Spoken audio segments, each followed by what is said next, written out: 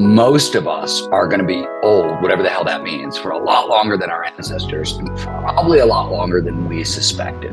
What we're learning is, oh my God, we can take incredible advantage of that extra time, because peak performance aging, as you pointed out, it doesn't actually fall off a cliff. And there's a lot we can do to perform at our best very late in life. How do you explain this phenomenon, or how can people younger start to look at their future older years as maybe a rebirth? Peak performance aging starts young. If you want to stave off cognitive decline, you want neurogenesis, the birth of new neurons, and you want synaptic plasticity. You can reverse the age-related decline without too much difficulty with sort of regular exercise. Aging is just a physical process.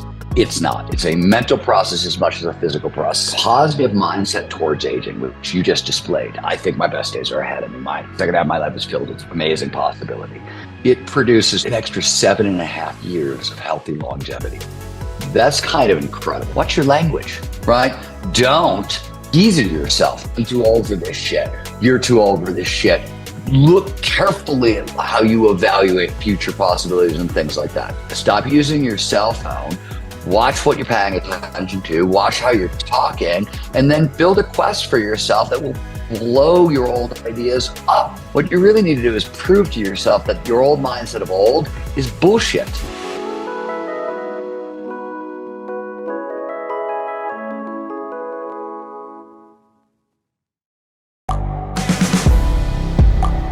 The world is changing. Inspiration is everywhere.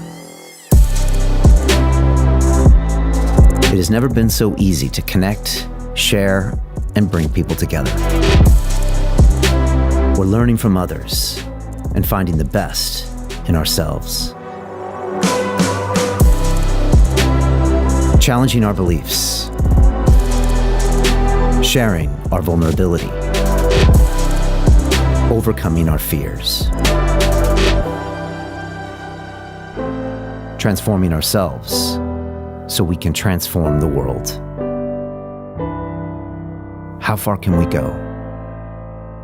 This is London Real. I am Brian Rose. My guest today is...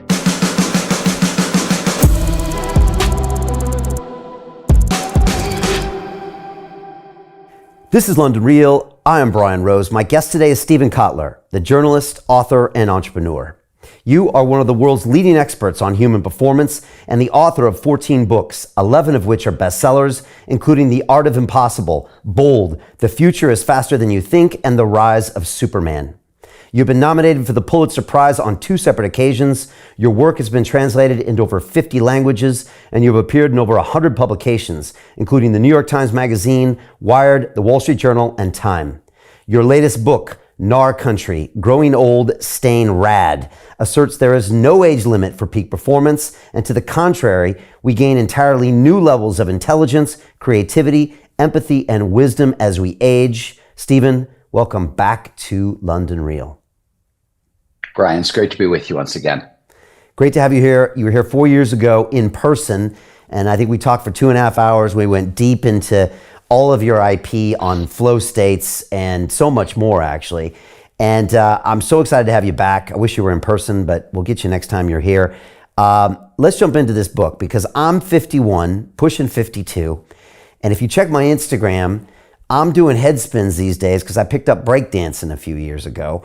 Last year, I almost had my first boxing match at the O2 Arena here. I actually called out some 24-year-old punk YouTuber who actually never took me up on the fight. And I feel like I'm in some way living parts of this book, Stephen. So maybe you can bring me up to speed. But as you said, we're seeing guys like Tom Brady, 45, at the top of their game. Kelly Slater, 51 years old, top of his game as a surfer.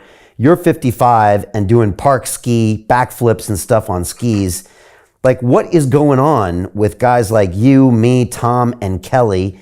And how do you explain this phenomenon? Or how can people younger start to look at their future older years as maybe a rebirth?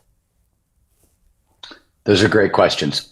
There's a number of different answers, so let's just sort of start big picture and work our way across from them. The place to start is most of us, sort of even including myself, and like I've been studying this stuff for a couple of decades now, but I think before I got into the experiment that underpins in our country, even myself, we grew up and sort of have succumbed to what I like to call the long, slow rot theory of aging. This is the dominant theory of aging from at least the last century, and it's the idea that all of our mental skills, all of our physical skills, they decline over time, and there's nothing we can do to stop the slide. And it turns out, we could talk about where that comes from, but it sort of gets its start in the beginning of the 1900s, around 1907. And by like 1995, all we've done is managed to like prove it right in incredible detail, right? We know about all the stuff that's going to fade away and all the reasons why. And then around 1995, some of this is that there were a bunch of longitudinal studies on aging that got started in the 70s. And some of it is just that neuroscience, there was a revolution in the 90s because of brain imaging technology. But that combination started to poke, but for small and then larger, and now like bus-sized holes through the long, slow rot theory. And the new idea, which is the first part of the answer, what are we seeing with yourself, with myself, with Tom Brady, with Kelly Slater, so many more folks. I just saw a video of Derek Ho catching the biggest wave of his life at Sunset Beach at 64. And I just saw the video. And but we now know that all the skills we used to think decline over time, we now know they're use it or lose it skills. And if we never stop training these skills, and this is mental and physical, we get to hang on to them, even advance them far later in life than anybody thought possible. And then you tease part two of that with your lead in. Thank you very much for that lovely intro. But part of it, you said, hey, in our 50s, we gain access to these cognitive superpowers. We can talk more about this. It's sort of our late 40s. There are brain changes. There's genetic stuff. But our brain becomes, if we do it right, a lot more potent and powerful in our 50s. So even the skills that we lost, we can start to perform as if we've retained an even greater percent. So I think we're really seeing that with these folks on the cutting edge.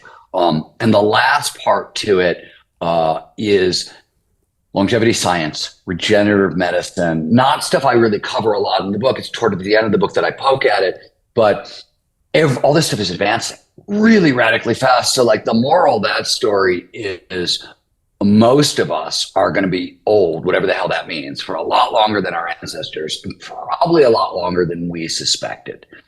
And what we're learning is, oh my God, we can take incredible advantage of that extra time, because peak performance aging, as you pointed out, it doesn't actually fall off a cliff. And there's a lot we can do to perform at our best very late in life.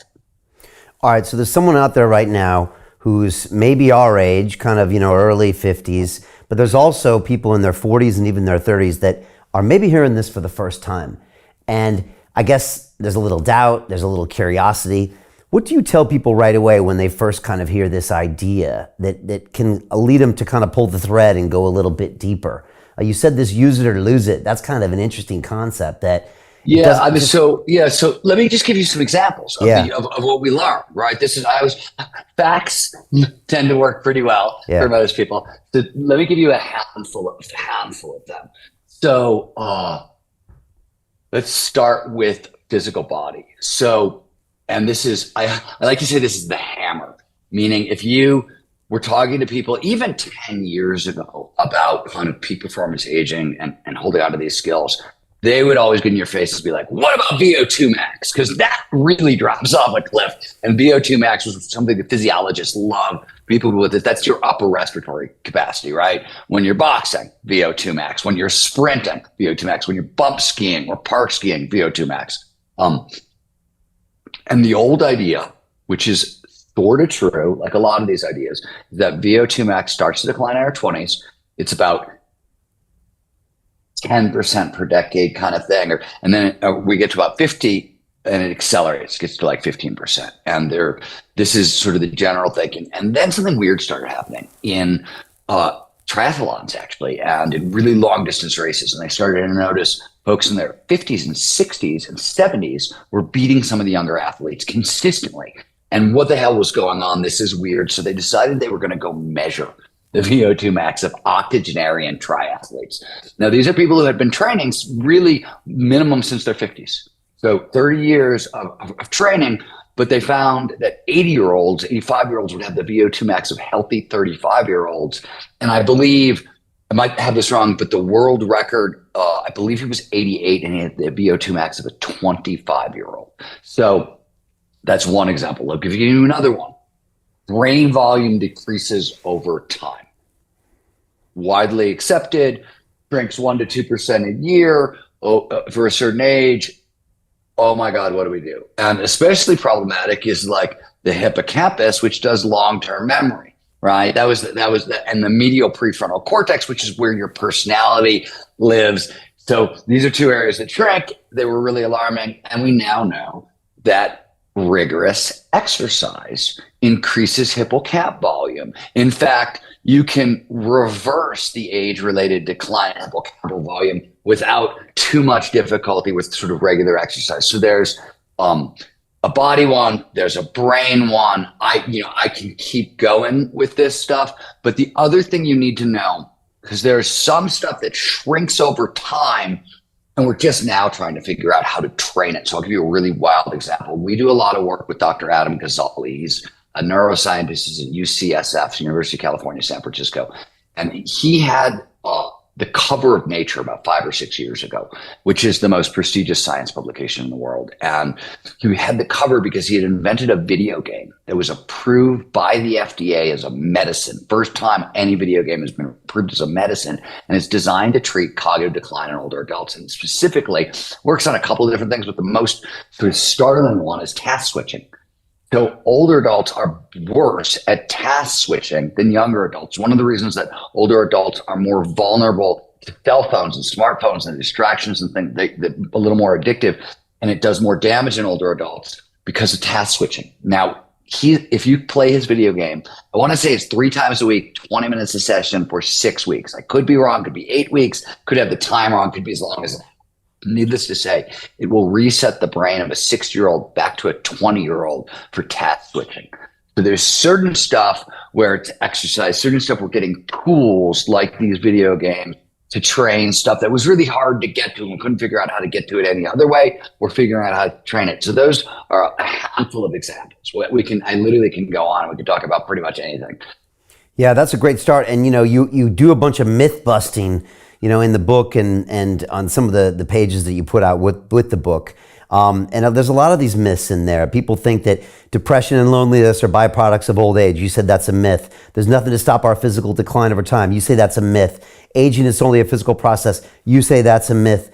Doing any exercise will help you a little longer. You say, no, that's a myth. You got to do specific things.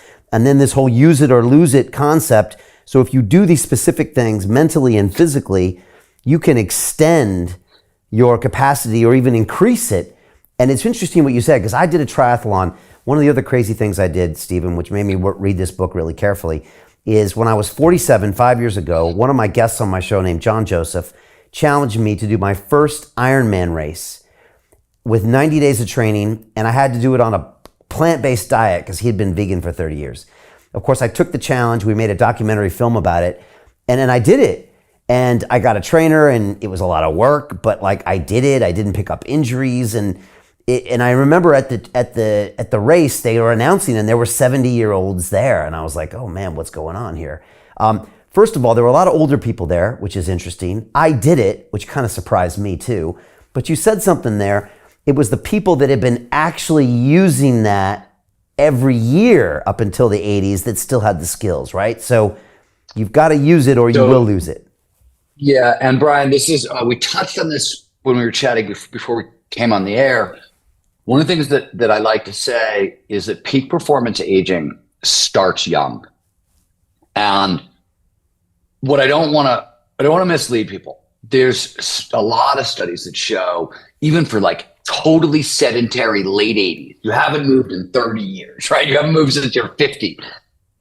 Even interventions at that point, even if we get you from totally sedentary to you're now walking up the stairs instead of taking the elevator, right? Those sorts of interventions, you can still make big differences in people's lives really late in life. But for a couple of different reasons, the There's physical stuff that it's better if you start younger. Most importantly is I have to introduce a term, which is cognitive reserve.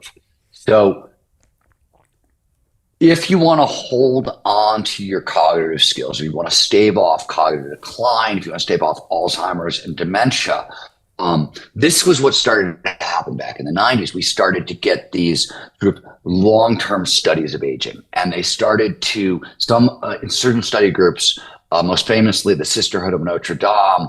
This was a very long-term aging study, and all the sisters not only had annual checkups and blood work and cognitive tests and all this stuff, but they donated their brains to science afterwards.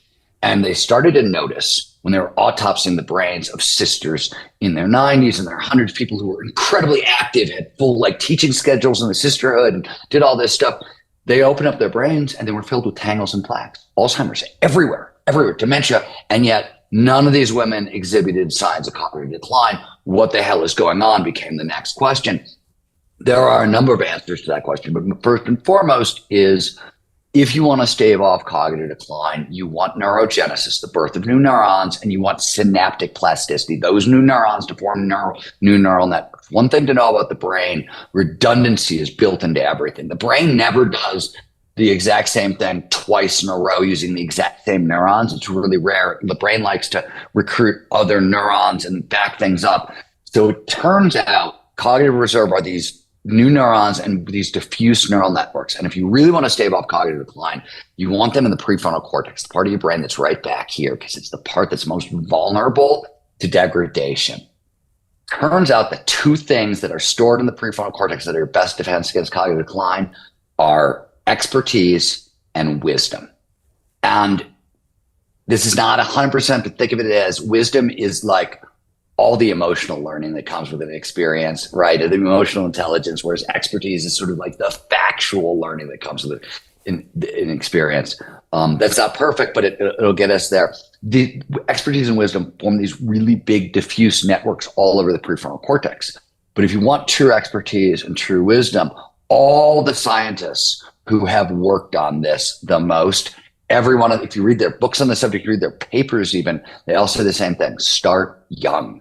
Start building up expertise and wisdom in the 20s and the 30s. Make these networks as robust, as thick as possible. And you pointed out some of the physical stuff. You definitely want to start it in your 50s. But as you and I both know, it is a whole lot easier to start exercising younger and continue than it is to totally walk away from it. Because if you've walked away from it for 20 to 30 years, you can come back for sure, but it's a slower process, right? You want to do some stuff along the way to make sure you're not going to get hurt as you come back to your activity.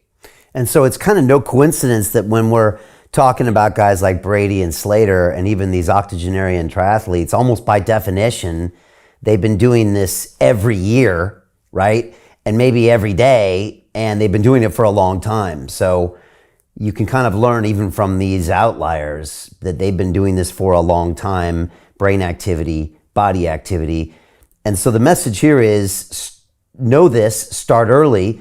You said before we came on here that when people read this book, they get like an ease. They feel differently about their life because maybe the second half of your life can be amazing, right? And so is it also worth investing in your body and your brain earlier because there's going to be more to it later? Well, there's going to be more to it later, and it's really important. So for a bunch of different biological reasons, there's something we could talk about as the mindset of old. But let's first start talking about so one of the things you said, one of the myths, aging is just a physical process. It's not. It's a mental process as much as a physical process. In fact, I'm sure at some point in this conversation, we're going to talk about peak performance aging in a sentence, and I'll summarize it for you. You'll notice there's really 10 terms in that sentence. 7 of them are psychological interventions. There's very few physical interventions. They're mostly psychological interventions. And the classic example is mindset. So a positive mindset towards aging, which you just displayed. I think my best days are ahead of me. My second half of my life is filled with amazing possibility. A bunch of reasons we could talk about. It produces, and this is a very well-established fact, this isn't just one study, this is a lot of studies, an extra 7.5 years of healthy longevity. That's kind of incredible. That means if you're morbidly obese and you have a shitty mindset towards aging, you want to live a longer, healthier life, it's more important to switch your mindset than it is to lose weight.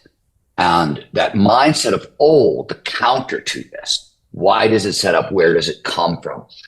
And by the way, mindset of old is if you got the voice in your head and saying you're too old for this shit, that's the mindset of old. Right. Right. Yeah. And if you're and saying it to other people, you're too old. That's the mindset of old. So couple things to really know about this. The first is that it comes from a good place. When we're kids, when we're young, when we're teenagers, we're predominantly driven by the play system and the seeking system. We're exploring the world. We're figuring out who we are, how we live. Those systems are underpinned by some feel-good neurochemistry, dopamine, norepinephrine. Now, those chemicals feel really good. You actually put them together, and that's romantic love. That's the combination we call romantic love. So a lot of good feelings there. When we find the stuff that we want and have, like, oh, I've got the right partner. Oh, I've got the right job. Oh, I like my car. Oh, I like my apartment, whatever it is. And it really happens with kids once we have children or even pets in our lives. The brain goes, oh no, it's not about seeking new stuff. Now it's about holding on to what we have, protect, conserve, safe, secure. And we switch addictions. We go from sort of like running on norepinephrine and dopamine to running on serotonin, oxytocin, and endorphins a little bit, though endorphins show up with play as well in the front end. But it's this switch in addictive neurochemistry.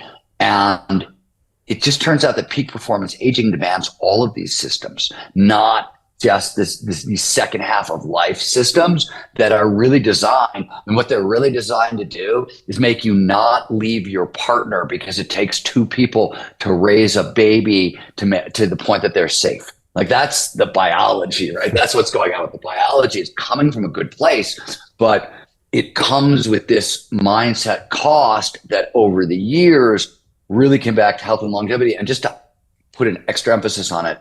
So Becca Levy, who's at Yale, a brilliant researcher, and she's done most of her career looking at language, aging, and stereotypes. And this is old research, but if you get your sort of negative stereotypes about aging and other people, meaning ageism is the most common prejudice stereotype in the world. It's the only socially acceptable one at this point, right? I walk outside and I talk about any group of people negatively, I'm canceled. Yeah, I'm gone. But I can walk outside and be like, that guy's too old for that shit.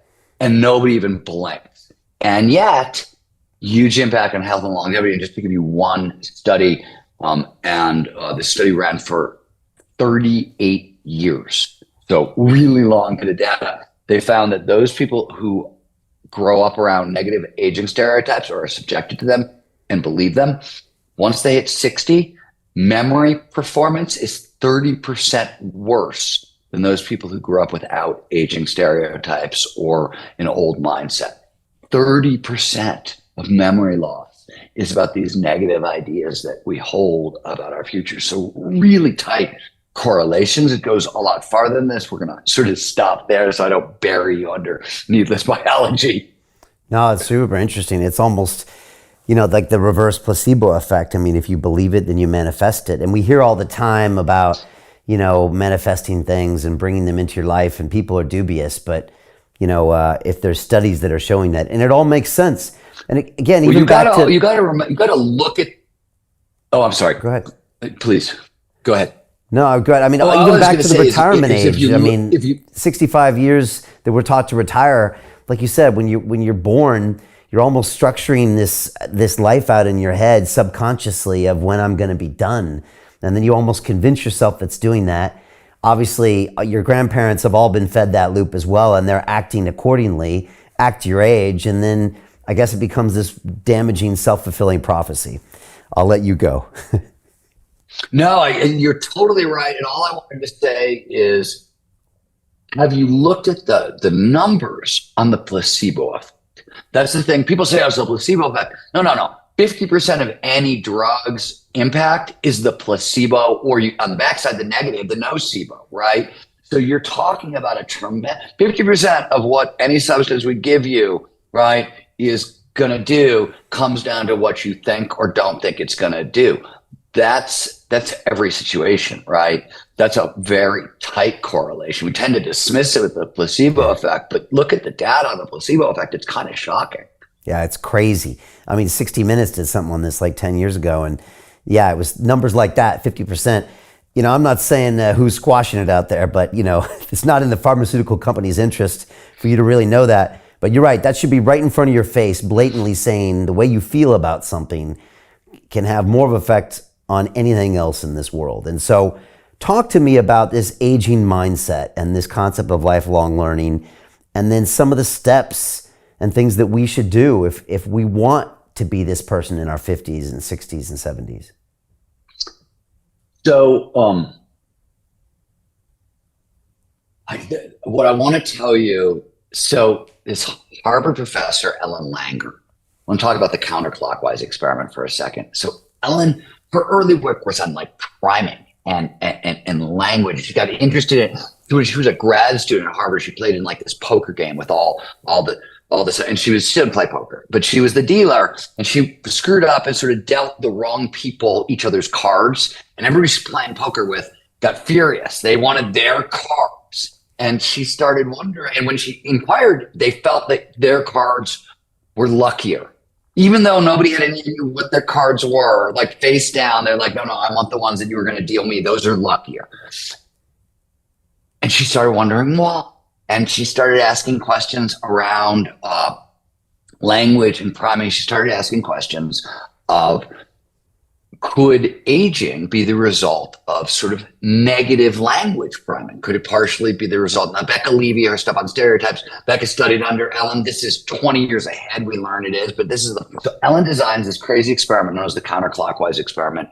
Until I ran my Our Country experiment, this was the weirdest experiment in peak performance aging. I think mine was weirder, but she won up to that point. And what she did is took a group of 16 older adults, late 70s, early 80s, all men, drives them, they're at Harvard, they drive them a couple hours north into New Hampshire. They go to a monastery that's been tricked out. It's 1981. Monastery looks like 1961. Everything.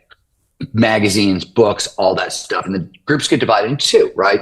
One group says, just reminisce about 1961. Just 20 years ago was 1961. Just talk about it. You know, what you do, what happened. The other group pretend 20 years ago and just use the language you'd use. Talk about the Cuban Missile Crisis as a current event. Talk about like that sort of stuff. On the back end, they measured everything cognitively and physically. On the back end of 5 days of play acting to be 20 years younger, hearing improved, memory improved, grip strength improved, photos taken before and after, they looked younger after. Vision improved on a Snelling eye chart, joint flexibility, dexterity, IQ, gait, posture, and arthritis decreases so much. This is my favorite stat. Their fingers got longer and they got taller because they could stand up straight and stretch out their fingers. It's sort of the most stunning example of mindset, and people so doubted it that the counterclockwise study has been rerun, I want to say 4 times. 3 times as TV shows. And the 4th time with like all kinds of rigorous double blind, everything you could possibly do, 2022 or 2019 standards versus 1975 standards. That's what we're talking about. We're talking about like the impact of mindset. So the next question you asked was, how do we train up a mindset? What are we doing? What are we talking about? And I'm going to give you 2 suggestions from Ellen Langer and then 2 suggestions that are built on it. The first, Ellen will talk about first and foremost, and this shows up, her work, but it shows this is Buddhist philosophy going back 5,000 years in a lot of places. Start with mindful noticing of current situations. And what you want to pay attention to is the brain likes to operate under the illusion of permanence. Nothing changes. But that's obviously a lie. The fact of life is everything is constantly changing on a moment by moment basis. Every time you breathe, you're changing your internal chemistry. You know what I mean? So the constant in life is change, and we tend to notice solidity. So first thing she says is notice change on a moment by moment basis and stop just being afraid of it. Just notice that change is the constant in life. Second part, not surprising, considering when we started this conversation, watch your language, right? Don't Easy to yourself. Don't, I'm too old for this shit. You're too old for this shit. Look carefully at how you evaluate future possibilities and things like that. Those are the first two. The third one is I think you want a challenging quest for yourself. Mine was, can I teach myself how to park ski? Yours was, can I learn how to dance hip hop or box, right? That kind of quest. And the reason is this: mindsets are sticky, right? They're like cognitive shortcuts, but they're attitudes towards life and situations and whatever. Brain likes them because they save energy. They cognitive shortcuts. And I find that while mindful noticing is useful and language is useful, what you really need to do is prove to yourself that your old mindset of old is bullshit. So create a quest where if you pull it off, whatever you used to believe about the possibility in the second half of your life can no longer, right? When I started doing like 360s or nosebleed or 360, it didn't matter what I used to believe about the second half of my life because it was gone. There was no way it could hold up in the face of this evidence. And the fourth one, and this is not mine as well, but it's really important, is put down your damn smartphone. Stop using your smartphone as much. The reason is smartphones create a mobile mindset. It's like basically it makes you feel safer and more secure and more comfortable than you actually are. And this tends to make us very isolated and narcissistic. And those are the mindsets that set up. So one of the best ways to improve your mindset is stop using your cell phone, watch what you're paying attention to, watch how you're talking, and then build a quest for yourself that will blow your old ideas up in some real way if you could actually pull it off, and then figure out how to pull it off. And, Gnar Country is all about those steps and how you can pull it off and how to approach that sort of stuff. But obviously, you've been doing it for a while and you need to read Gnar Country to get there. I didn't know I was doing it, but so find a bodacious goal and then execute on it.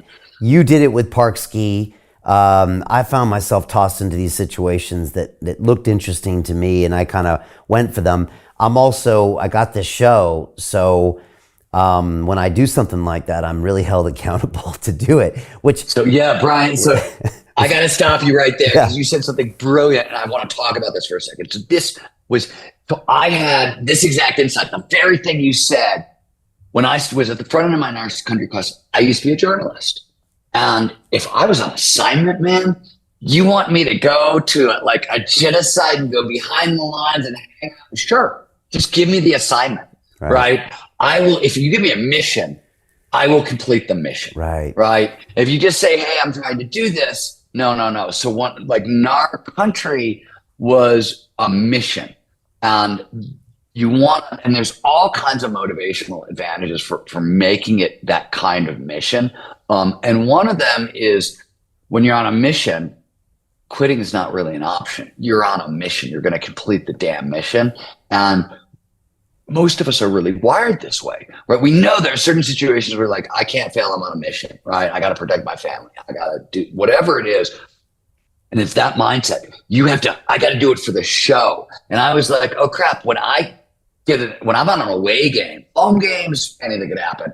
I might hurt my toenail and not want to go do the thing. But if it's a mission, I've got it on an airplane, I will do pretty much anything. And isn't that wild, right? The mindset shift. So that's one of the reasons I say, make it a quest. It's that very thing. I'm sorry I interrupted you, but I got really excited because I think there's something really important motivation-wise there.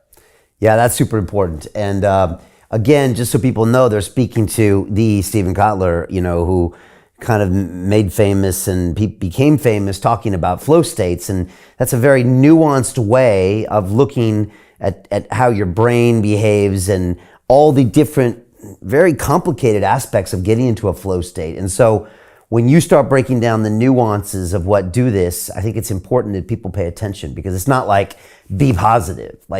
You need a lot of these little things. So when you start saying, put the mobile phone over here, and you got some really interesting rules in here, train like a pro, find a good training partner, take choice off the table. I heard them when you were out park skiing, even using things like peripheral vision, so it wouldn't scare you into doing something until you were ready to do the task. I mean, you've got all these little things that might seem inconsequential, but they're quite important to get your brain in the right state to accomplish these tasks. Maybe you could speak on some of the minutia of what gets you there. Yeah, so let me start with two high-level concepts, and then we'll go into some of the minutia. Cool. The first high-level concept is, and this is something that I talk about in The Art of Impossible, you want to stack motivators, right? If you're going on a sort of a hard, challenging mission-style quest, athletes for fuel sources, right? Nobody would ever go into like a boxing match eating just fat. You want fat, protein, carbs, well hydrated. You're stacking fuels, right? We do this, peak performers do the same thing with motivation, right? They don't just go into a situation saying, oh, I'm curious. No, I'm curious. This is aligned to my passion. It's actually aligned to my purpose this way. I have autonomy in the situation because that's a big motivator. It feeds my need for mastery, right? Et cetera, et cetera, et cetera. So you want to stack as many of these motivators as you possibly can, or these little tools. The second thing is the little things. They start adding up, right? And a 1% difference over time is a huge difference, right? Especially if it starts to compound. And there's a bunch of stuff that I sort of stacked on top of each other as rules, as ways to go about this. All of them were lessons learned the hard way, right? This is just stuff that either has gone wrong consistently in my life for 20 years and I was looking for a solution, or the Flow Research Collective, we're lucky enough to train tens of thousands of people every month. So we're data geeks. We measure everything and anything we possibly can. So, I've got huge data streams of what works, what doesn't, with tens of thousands of people. So, and of the things I want to talk to, you mentioned, here's the place I want to start because it's the first place. So the idea of taking choice off the table. I created a series of rules. I knew I was going into dangerous, challenging situations. I know brain doesn't make good decisions when it's freaked out. We make bad decisions when we're scared. First of all, fear limits creative problem solving, right? The more scared we are, the fewer options we get until you get to the extreme version, fight or flight, right? All options are gone. There's three. You could fight, you could freeze, you could flee, and those are your options. But a little bit of nervousness, anxiety does the same thing. So just that alone tells you, oh shit, when I'm scared, I'm not going to make good decisions.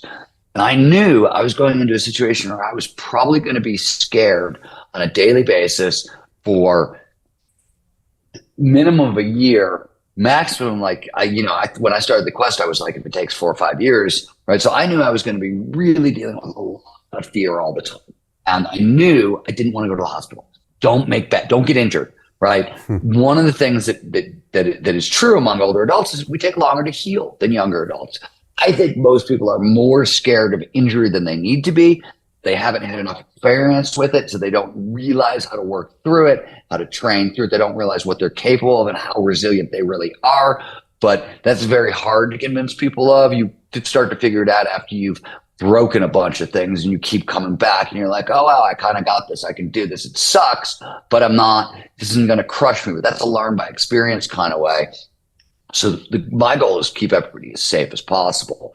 I think, some of the old people take longer to heal than younger people. That's going to change over the next 5 years as stem cells to continue to do what they've been doing in the lab. And that's cool. That's interesting, but we're not entirely there yet. We're good about if it's ligaments, tendons, or bones, we can probably fix it, but other stuff we can't quite fix yet.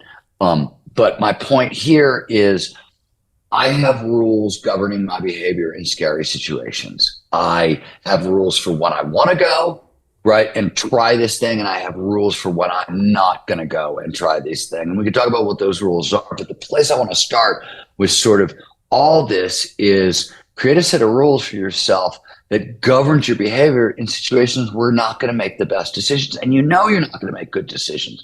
And the way I thought about it, and what really kicked me over into sort of agreeing to do this was a simple realization so I have a ski partner who I've been skiing with. Ryan, I've been skiing together for about 8 or 9 years at this point. And historically, we're similar athletes. He's younger. He's a better athlete than me. He was a former sponsored athlete. I was a guy who chased professional athletes around mountains. I wasn't one. So he's a better athlete than I am. There's certain things I'm better at on skis, many things he's better at. But what I started to notice is that, with a couple of exceptions, if he could do something, I can do it. We have similar ski styles. We have similar body types. We have similar terrain preferences. We have similar, our bodies like to do similar things in the air even, and things like that. So I was like, there are exceptions. Like, he can do shit that I can't do tricks wise, and like never make decisions if your ego is telling you to make decisions. That's one time I always back off. So when I see Ryan do something that I know I can't do, my ego's like, well, try it. I know I want to try something mellow or right back off from that. But so that was my go signal. If Ryan can do it, I was going to do it. And the reason it was so easy for me to accept is I realized that if Ryan does something and I don't do it, it haunts me. It sticks with me. It'll bug me. And it'll bug me up until I do the thing, right? Up until I try the thing, I'm going to be bugged by it. And I realized that one moment of fear trying the thing versus like 6 to 8 months of getting in my head and feeling like, wow, you didn't do this thing that you should have done, and now you got to do it, and making it bigger than it is and all that stuff. And I was just realized, I was like, I would rather be a little uncomfortable in the moment and have to live what the voice in my head is going to do to me for like until I solve this problem. And that was the trade-off for me, because it's not like when you geezer yourself, right? When you're like, yeah, you're too old for this shit, or don't try that, that sort of stuff. That has an impact too. That's what ages us prematurely in a sense. So there's consequences on either side. And you want to learn, in my experience, you want to learn how to play safely in dangerous terrain, not just walk away entirely. Unless, there's certain situations where I'm just like, no, that's no longer, I don't have to go to a war zone anymore. Been there, done that, seen it, like, don't need to do that ever again, right? Not a trap. Some things are like that, right? Where there's but with the Gnar style quests, with these quests that we've been talking about, I think you want to look for something that's tied to unfinished business. I don't know if any of the stuff you do works that way, but for me, skiing, for a bunch of stuff, I had unfinished business, right? When I set out on this quest, there was stuff that I had left to do, and it was about, can I accelerate my way through that? And I think that's another, important motivator to sort of stack in. That's one of the other things. I'll stop there. We can go in any direction. Yeah, some really powerful stuff. You're giving me flashbacks to my boxing match that was actually scheduled and funny enough never happened last year. But you mentioned the autonomy, so it was my choice. I had unfinished business because I had trained in martial arts for 10 years and never had a fight. And when this came up, I laughed out loud at first when one of my former guests said, Brian, why don't you have your first boxing match at the O2 Arena in London, just the biggest arena in the country. And but we did all these things that you're talking about. I mean, we knew there would be various layers of fear. I did various layers of motivation, as in my 2 young boys are going to watch this fight one day and they're going to see Papa get knocked out. I got haters that want to see me get knocked out. I got a brain I need to protect. I got lots of different reasons to train. The nutrition, we knew that on the day, everything would go out the window. So we kept the plan super simple, knowing that once I walk in that ring with people screaming, I'm going to forget 95% of the game plan. So keeping it simple, safe in training. But then there was one point where my coach, David Hayes, a professional boxer here, he said, Brian, you're making it too safe. He said, I need to throw you in with a young kid and you need to spar. And my coach was like, hey, we're 6 weeks out, it's too dangerous. And David was like, no, it's dangerous if you don't do that, because then you're just BSing yourself and you need to go in there and do this. And we're going to pretend like there's one day, it's the fight day, it's Sunday, you're never going to meet him. I'm going to come in just like the ring announcer and we're going to simulate this fight. And it's going to bug you all day. You're not going to be able to eat or think about it. And he was right. And we ran that scenario to get me comfortable with it. So it's interesting. But this was a mission and I really wanted to do it. And it got me focused, super focused, and just took me to another level. And so I guess people need to find that mission is what they need to do, right? Yeah, and they also, so inverse, okay, also, let's talk a little about. To continue watching the rest of the episode for free, visit our website londonreal.tv or click the link in the description below.